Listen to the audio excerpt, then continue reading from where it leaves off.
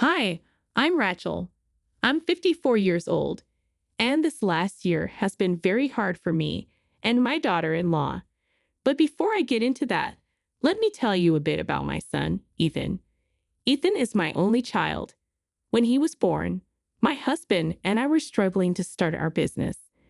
We wanted a family but decided to have just one child so we could give him all our attention. We worked hard all day to provide for Ethan, and when we came home, we spent all our time with him. It was tiring at first, but seeing Ethan happy made it worth it. As Ethan grew up, he became a smart and handsome young man. Even when he went to college, he still spent a lot of time with us. However, with his good looks, Ethan started becoming a bit of a player. My husband and I were okay with it as long as he stayed safe and made good decisions. Ethan had one serious girlfriend in his junior year of college, but they broke up because I found out he was talking to another girl. They were planning to move in together after graduation, but I convinced him to break up with her since he wasn't in love if he was already interested in others. My husband and I started to worry about the kind of person Ethan was becoming, so we tried to guide him. Things seemed to improve when he met Valerie, my daughter-in-law. They met through mutual friends and hit it off right away. I adored Valerie from the moment Ethan brought her home. She felt like the daughter I never had. Ethan and Valerie dated for about 3 years before getting married. I thought everything was going perfectly, and my worries about Ethan's behavior faded. To make things even better, less than a year after they married, Valerie announced she was pregnant. I was thrilled about becoming a grandmother, especially since my husband and I were now successful and didn't have the stress of running our business. After Valerie's pregnancy announcement, she stopped coming over as often. My husband and I used to host Ethan and Valerie for dinner regularly, but that changed. Concerned, I asked Ethan about Valerie the next time he came over. "Hi, Mom. How are you?" "Hi, sweetie. I'm good. How are you and Valerie doing?" "We're good." "Where's Valerie? Why didn't she come with you?" "Well, you know how pregnancy is." "Oh no, does she need help with anything?" "I'm free to help her with anything she needs." "No, it's okay. I've reduced my work hours to help her around the house." "Sure, but more help never hurts." As a woman who's been through pregnancy, I can offer advice and help. "It's really okay, Mom.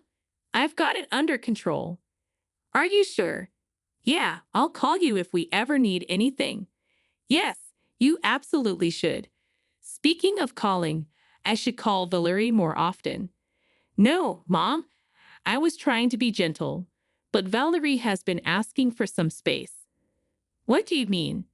"She's feeling a little smothered by all the attention and advice she's been getting from her side of the family. She told me to make sure that no one bothers her right now." "Oh, that's odd." "I thought so too, but it's probably just her hormones or something. Anyway, I just want to make this pregnancy as comfortable as possible for her, and if that means telling everyone to give her space, then I'm doing that." "Okay, I got it. I'll keep my distance, but I'll call you for updates if that's okay." "Of course, that's fine. You're doing a great job. By the way, I'm sure Valerie is having a much easier time with you by her side." "I really hope she is. Anyway, let's go out and get dinner now." I thought Ethan's reasoning was odd, but I didn't think much about it. Who was I to interfere in his relationship? I wanted to call Valerie, but I chose to honor her wishes. I remembered how crazy pregnancy made me. I was a monster when I was pregnant with Ethan.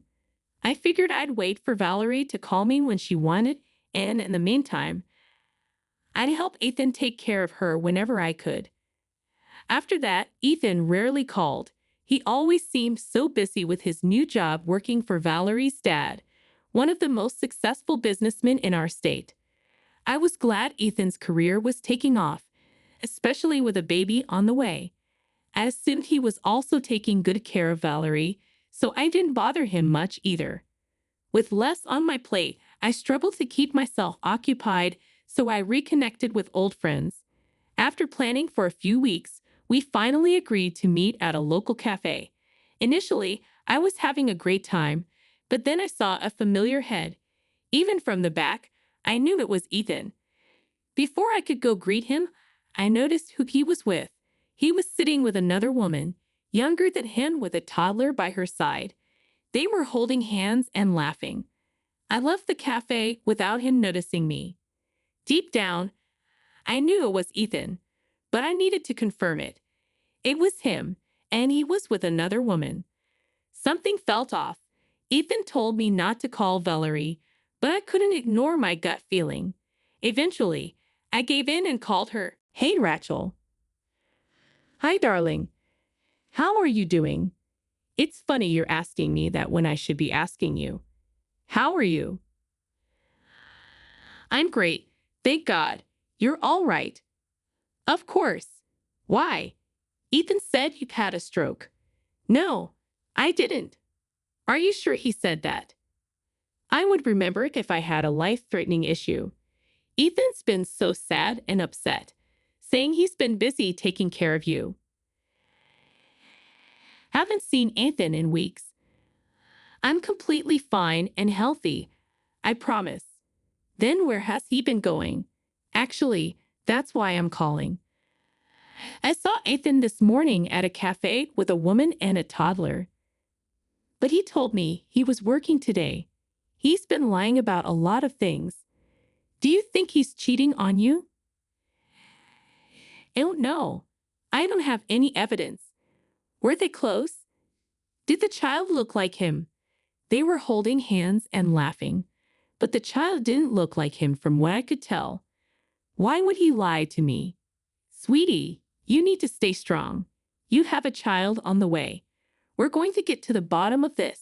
Go through his things. Isn't that an invasion of his privacy? That doesn't matter when your marriage is on the line.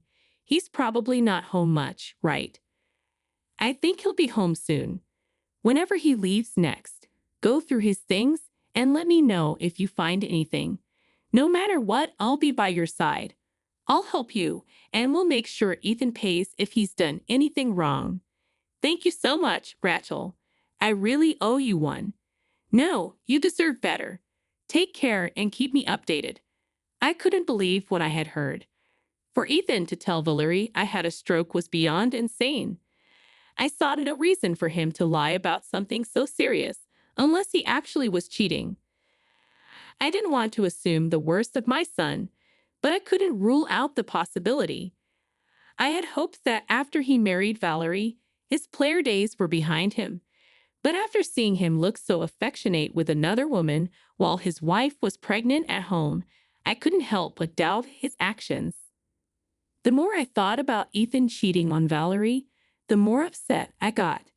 Valerie was pregnant, and this was not the best time for such life-shattering news. But I would feel guilty if I didn't tell her immediately. It was better for her to go through the pain now rather than after the baby was born. I didn't call Valerie after our conversation because I didn't want Ethan to find out we were talking. I waited patiently for her call, even though it was eating me up inside. Finally, she called me 2 days later. She sounded like she had been crying for a long time. Her voice was raw. Hey, Rachel. Are you free? I hope I'm not bothering you. Oh my gosh, are you okay? Of course I'm free, and you could never be a bother. What's going on? I looked through Ethan's phone and found out so much. Oh no, what did you find out? I found him texting multiple women. Oh, sweetie, that's not even the worst part. It turns out the woman he's been visiting for months is pregnant with his child. I feel so disgusted. I can't imagine how you must feel. But you need to channel all these negative feelings into teaching him a lesson. Yeah, but can I ask you something? Of course, sweetie. Do you think I'm ugly? Do you think there was something I could have done to make sure Ethan remained faithful? Sweetie, you can't think that way. You're not ugly at all. The first time I saw you, I thought my son must have done something incredible to be with you. You are not responsible for his actions. You don't have to fight to keep your husband faithful. That was his duty the second he vowed to be by your side forever. You're right. I guess my pregnant brain is making me feel like I did something wrong. And we can't let your pregnancy brain take over now. We're going to get even with Ethan for hurting you this way. Are you sure you want to go against your son? No son of mine would ever lie to and cheat on his wife. This is about teaching him a much-deserved lesson. All right, let's do this. Shall I come over tomorrow when Ethan is out of the house again? Yes. Take care until then. If you want to stay here for the night, that's okay too. No, I'd much rather surprise Ethan. I don't want him to know we're onto his lies. All right, I'll meet you tomorrow. After the call, I didn't know how to feel. I had so many emotions swirling inside me. I wanted to yell at Ethan for his disgusting behavior, but I also wanted to cry with Valerie for the love she lost. One thing was certain. I knew at that moment I no longer had a son. My husband was also very upset by what Ethan had done and called Valerie to apologize.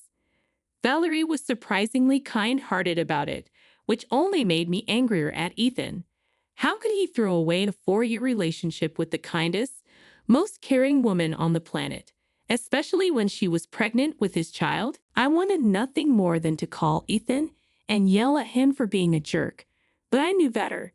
He needed to learn a lesson, and I was determined to make sure he did. After barely getting any sleep, I went to Valerie's place the next morning. Her eyes were red and puffy, and she looked like a mess. I hugged her tightly and asked how she was holding up. How are you holding up?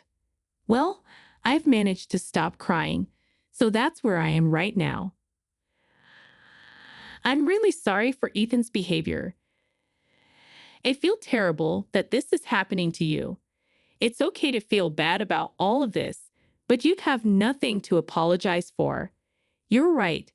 I just sometimes wonder if Ethan's dad and I raised him better. That's nonsense. You guys are wonderful people, and I'm sure you raised Ethan to be just like you. Ethan made his own decisions, and that is not a reflection on you two.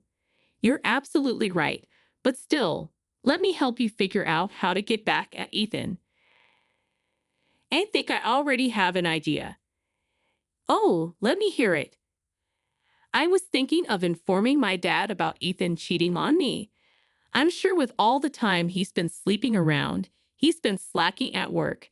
Dad probably only lets him work there because Ethan is my husband and needs the money since I'm pregnant. That's brilliant. Your dad can fire him and you can file for a divorce. But will your dad just believe you blindly? Of course, but he won't have to blindly believe me because I have all the proof I need of Ethan's cheating. That's my girl. That's so smart of you. And what about the woman Ethan got pregnant? Does she know he's married? From what I could tell, she didn't. Then I think it's time you tell her. Confront her with all the evidence and see what she says. Do you really think that will go well? Even if it doesn't, at least the woman will be informed. And if it does go well, it will be horrific for Ethan. Either way, it's a win. You're right. I'll talk to my dad about this. Oh, and I'll ask him to make it as embarrassing, and I also think that you should go a step further and expose Ethan to everyone in the family. I'll help, of course. We'll make sure that no one will help him out. Do you think that's overkill? No, he is not allowed to cheat on his wife, lie to her and me, and then get away with it. This is a harsh lesson he needs to learn. All right, then thank you so much for helping me out. You have no idea how much this means to me. Of course, you're like the daughter I never had, and I have to help you out in any way that I can. And if you need help with literally anything, feel free to reach out to me. I definitely will. The events that unfolded after that were nothing short of amazing. Valerie talked to her dad about everything that had happened and even gave him proof of Ethan's infidelity. Needless to say, he was beyond enraged. Valerie was his only daughter, and he was fiercely protective of her. So, of course, at her request, he fired Ethan in front of the entire office. He held a staff meeting and laid into Ethan for his incompetence and lack of loyalty. Ethan was red in the face from embarrassment and probably also anger, but he could not say anything against his father-in-law out of respect. The only reason I knew of any of this was because I got in touch with Valerie's dad and apologized to him for the way Ethan treated Valerie. He assured me that I had nothing to apologize for and told me that I had done way more good for Valerie than ever had my husband, Valerie's father, and I sat down after that and decided that if we wanted to take any further action to teach Ethan a lesson, it would be best for Ethan to no longer live anywhere near us. Together, we pooled all our contacts to ensure that nobody would hire Ethan. With all our reputations combined, that was a pretty easy task. Valerie also managed to reach out to Ethan's mistress, who was pregnant. She wasn't aware that Ethan was a married man and was very angry when she found out. She apologized profusely and told Valerie that she'd end her relationship with Ethan immediately, and she did. She also told Valerie that she would be fighting for full custody of their child and urged Valerie to do the same. By this point, several days had passed since Ethan got fired.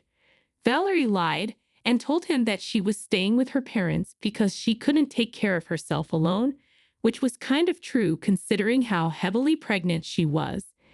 During the few days she was away, she also filed for a divorce. As soon as she got the divorce papers, she rushed over to my place to ask how to serve them to Ethan. However, Ethan also decided to show up at my house at that time.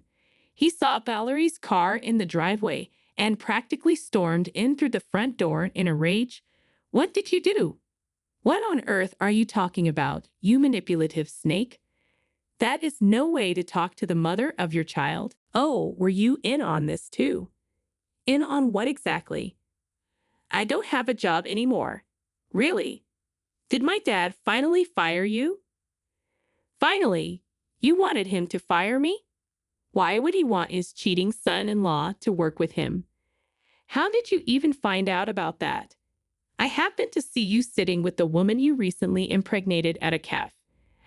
After that, all it took was one phone call to Valerie for the truth to unravel. "So you two didn't think it was fair to approach me about it. You've had to go and tell your dad, Valerie. And you had to get me fired for it. And Mom, did you not care that I would lose my livelihood?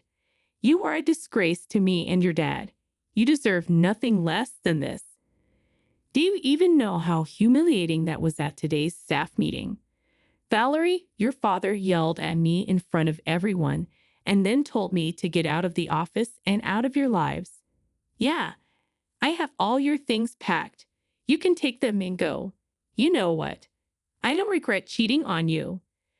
"Of course you don't. You're a disgusting person, and we didn't expect anything more from you." "No, you don't understand. Valerie was an absolute nightmare to deal with the second she became pregnant. She was always angry and always in pain. She snored so loud that I barely got any sleep, and she never did any of her work around the house. I would come back home from a tiring day of work to a dirty house and no food. Of course, I went to search for satisfaction elsewhere. You made me pregnant. Don't you dare forget that. You begged me to have your children even when I told you I didn't want children for another few years. And of course, I wasn't able to do much. I was in so much pain because of the pregnancy. You can't possibly blame me for that. And it's even more pathetic of you to blame Valerie's pregnancy for your incompetence as a husband. Your satisfaction should never have come first. Your first priority should have been Valerie and her well-being, something that I told you I would help you with. But you lied about doing it yourself." "I had to lie. The two of you meddled too much, and I needed a foolproof plan to make sure I got what I wanted. Well, you just did. So don't blame me for the consequences of your actions. Surely you anticipated getting caught and paying for it, right?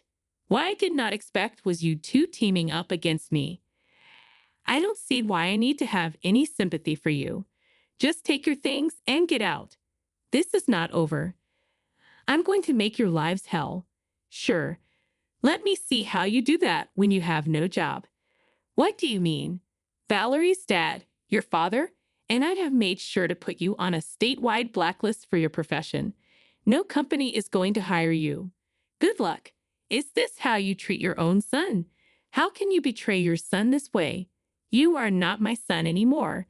You're nobody to me or your father. We want nothing to do with you. Do us a favor and block and delete our numbers from your phone. Now get out before we call the cops on you. Ethan looked at me like he had been slapped in the face. His eyes welled up with tears as the realization of his mistakes caught up with him. Did I feel an ounce of guilt or sympathy for him? Absolutely not. The only reason I was so enraged by his act was because I knew firsthand how a cheating partner could destroy a family.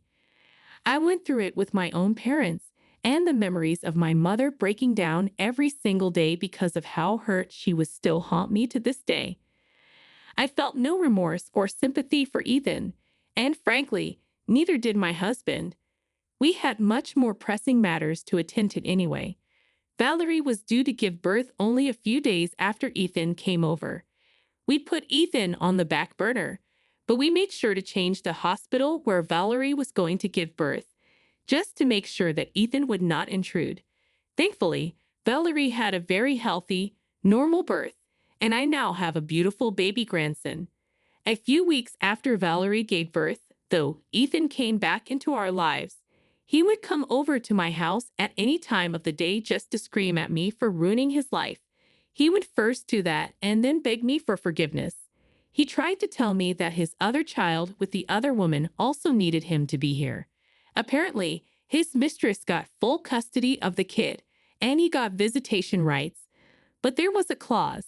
If he did not follow his visitation schedule and missed 5 visits, then he could kiss his visitation rights goodbye.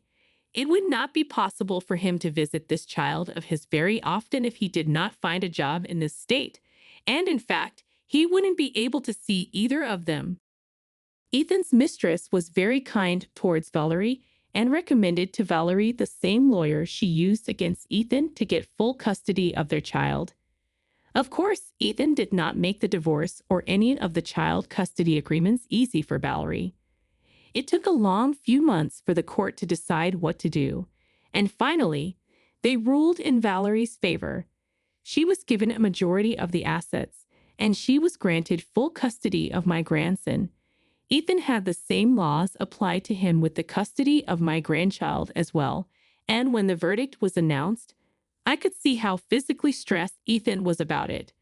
My husband and I blocked Ethan everywhere, and after we threatened to get the cops involved again, Ethan stopped coming over to our house to yell profanities at me. My husband and I focused on taking care of Valerie and our grandson. They were our number one priority. We helped cover all the costs of the divorce and have been supporting Valerie ever since she gave birth. We felt it was the only way we could make it up to her for Ethan's horrible behavior. We're nearing the 1-year anniversary of finding out that Ethan had been cheating, and I can safely say that we're all in a better place right now. Well, except for Ethan. I heard through some extended family members that Ethan moved across the country and managed to land a job, but he's still doing miserably. I would feel bad, but I simply can't bring myself to. My grandson would have had a really hard time had Ethan's ways been exposed when my grandson was able to understand what was going on. I would never have let that happen, but the thought was enraging. For now, though, I'm in a better place. I do mourn the loss of the son I thought I had, but I'm in therapy to deal with all my bizarre emotions. I have people that genuinely care for me by my side, and that's all that matters. Thank you so much for listening to my story.